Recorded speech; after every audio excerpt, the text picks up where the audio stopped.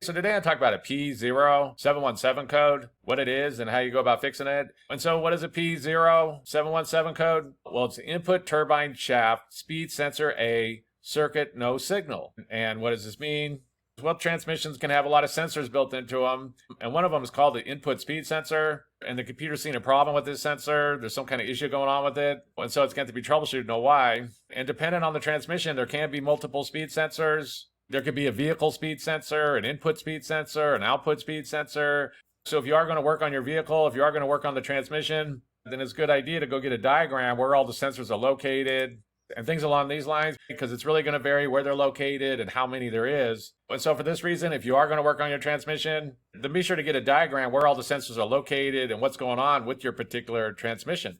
And so what are some possible causes of a P0717 code? Well, the first thing to do whenever you have transmission problems really is go check your transmission fluid. Just be sure it's at the correct level, because low transmission fluid can cause strange things to happen. It can cause issues. Some newer vehicles no longer allow you to check the transmission fluid. The case will all be enclosed and there won't be no dipstick. But if you can go check the transmission fluid, then just be sure it's at the correct level. The next thing that could cause this is a bad input speed sensor. It might have gone bad. It just needs to be replaced. Like I said before, the location of these is really going to vary. It's just going to depend on the vehicle, the year, different things like this.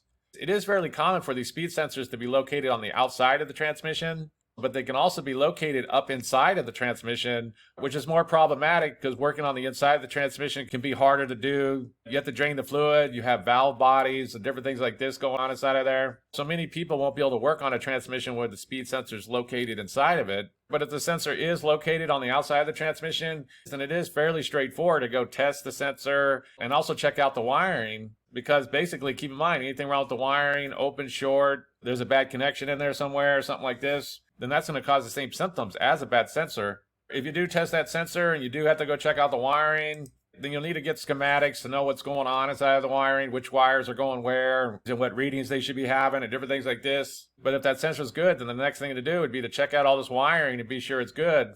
Because the next thing on the list is going to be some kind of issue inside that wiring. And the next thing on the list is going to be that there's some kind of transmission issue going on. And this is going to be something like a bad valve body. There's a bad solenoid somewhere that's causing some kind of cascading effect going on, or something along these lines. And if you're only getting a P0717 code, then very likely there's some kind of issue with that speed sensor, or it's inside the wiring or something like this. But if you are getting multiple other codes, then it is possible that there's some kind of transmission issue going on. So the next thing on the list is going to be a bad transmission. And the last thing on the list is going to be that there's something going on with the computer. And this isn't very common. This is fairly rare. More than likely it's going to be a bad sensor, or it's going to be inside the wiring or something like that. But it is possible that something's going on with one of the computers. So the last thing on the list is going to be a bad powertrain control module or bad transmission control module.